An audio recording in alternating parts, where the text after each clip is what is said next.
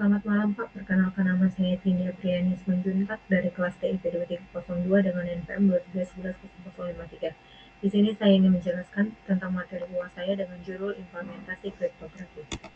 Kriptografi ialah ilmu dan praktik dalam mengamankan informasi dengan mengubah data asli menjadi kode acak, yang dimana hal ini dilakukan agar orang lain tidak dapat membaca karena menggunakan algoritma. Di dalam kriptografi juga telah terjangkau dikarenakan keamanan penyimpanannya. Data komputer pun bisa dapat berpindah dari satu perangkat ke perangkat lain, meninggalkan lingkungan fisik yang aman. Data yang keluar dari kendali bisa saja dapat dimodifikasi oleh orang lain, baik itu dalam kesenangan atau untuk keuntungan pribadi. Kriptografi pada keamanan code merupakan model yang memungkinkan akses jaringan, yang dimana tanpa terkendala waktu dan tempat. Sumber daya komputasinya dapat dikonfigurasi dalam jaringan, server, penyimpanan aplikasi, layanan dengan cepat. Komputasi awan adalah teknologi yang berpotensi meningkatkan kolaborasi dalam kelincahan, penskalaan, dan ketersediaan. Di dalam kriptografi keamanan code, ada yang namanya mode code, yang membayangkan dunia di mana komponen dapat dengan diatur dan disediakan, serta diimplementasikan dan dinonaktifkan. Di bawah ini ada gambar tentang layanan code, yang dimana perusahaan memelihara workstation dalam LAN atau WAN, yang dimana internal mereka yang terhubung oleh router ke penyedia layanan code melalui jaringan atau internet. Layanan code ini mengelola koleksi besar server yang dilengkapi dalam berbagai manajemen jaringan, redundansi, dan keamanan. Kriptografi pada keamanan juga mempunyai pendekatan untuk menyediakan keamanan code, yang dimana ada ancaman kompromi data semakin meningkat dikarenakan jumlah pengguna code yang semakin meningkat dan akan membuat lebih berbahaya. Berikut di bawah ini ada proses penanggulangannya, yaitu pertama menerapkan kontrol akses haki yang kuat, menginskripsi dan melindungi data integrasi.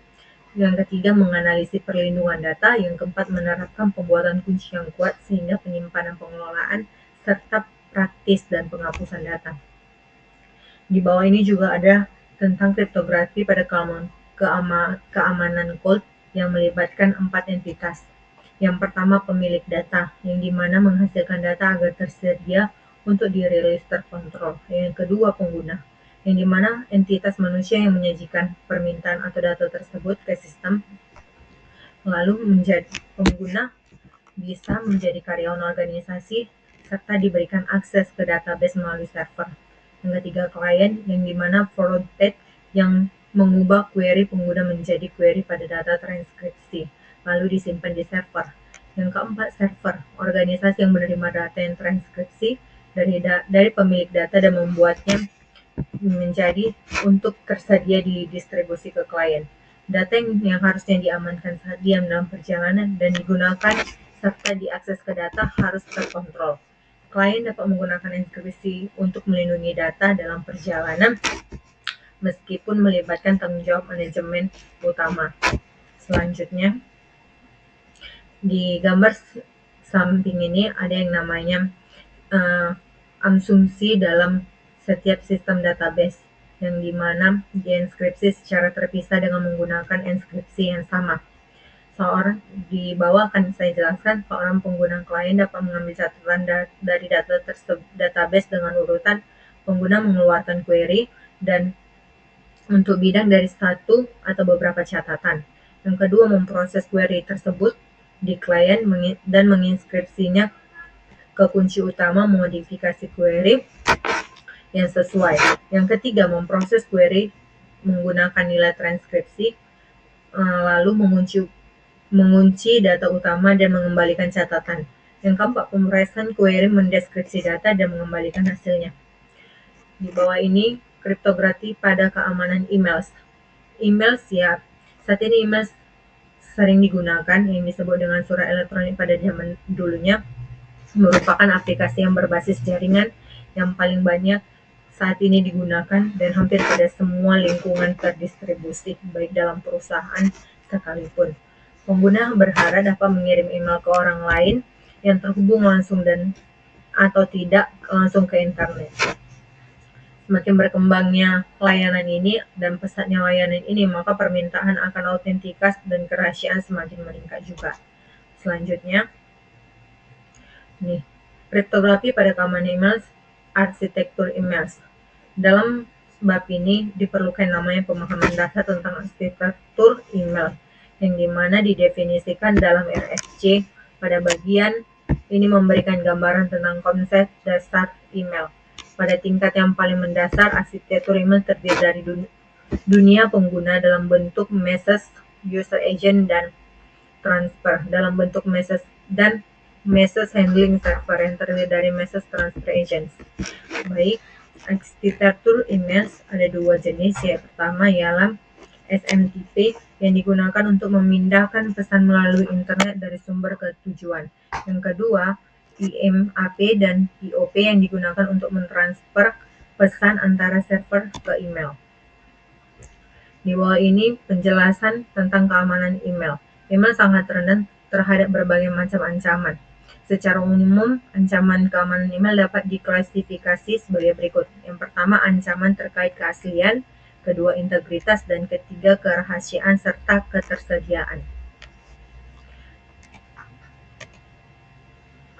Kriptografi pada keamanan email, S-MIME, yang dimana S-MIME tersebut ialah peningkatan keamanan pada standar format email inter-MIME berdasarkan teknologi dan keamanan.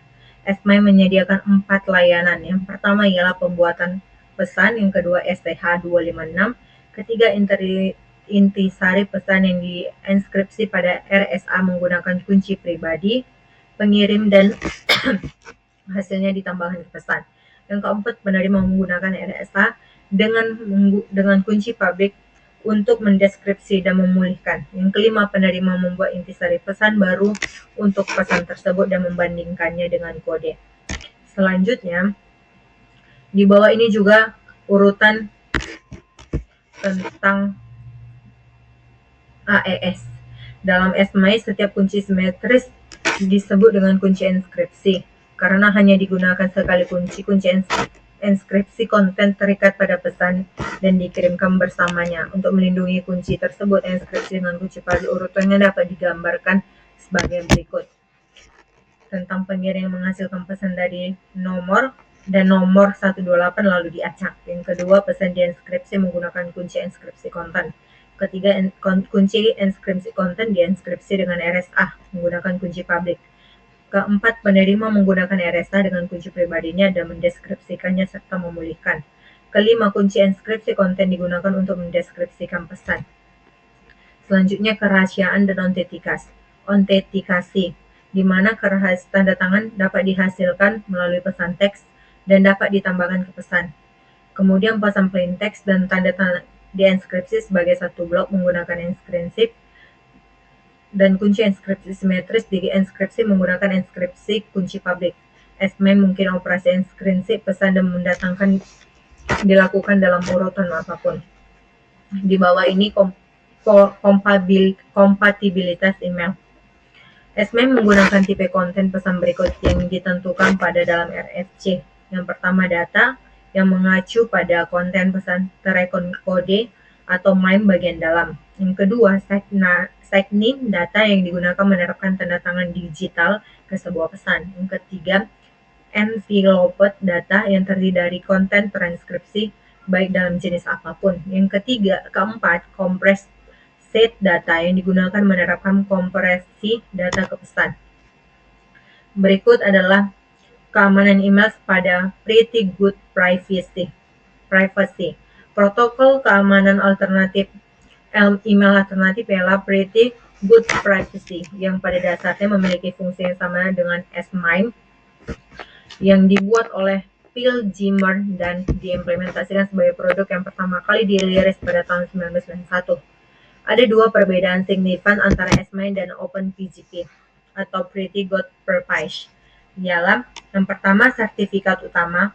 S-MIME yang digunakan sertifikatnya X506 dan E9 dan yang dikeluarkan oleh otoritas sertifikat. Di OpenPGP, pengguna menggunakan kunci publik dan memberikan OpenPGP mereka sendiri, kemudian memintanya tanda tangan untuk kunci publik. Selanjutnya, distribusi kunci. OpenPGP tidak menyertakan kunci publik pengirim dengan setiap pesan. Selanjutnya, NIST merekomendasikan penggunaan S/MIME daripada PGP karena kepercayaan yang lebih besar dalam sistem CA.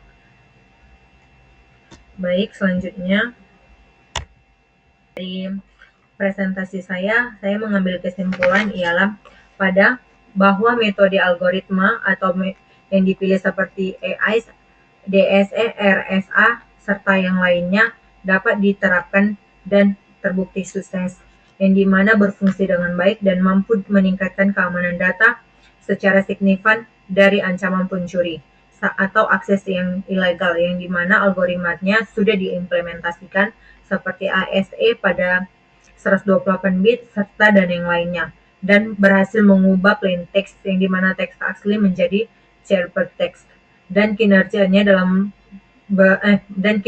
berjalan dengan efisien, ringan saat diproses pada saat angkat dan tidak membebani sistem. Sekian dari penjelasan saya. Bila ada kata-kata yang salah, saya mohon maaf. Terima kasih Pak, selamat malam.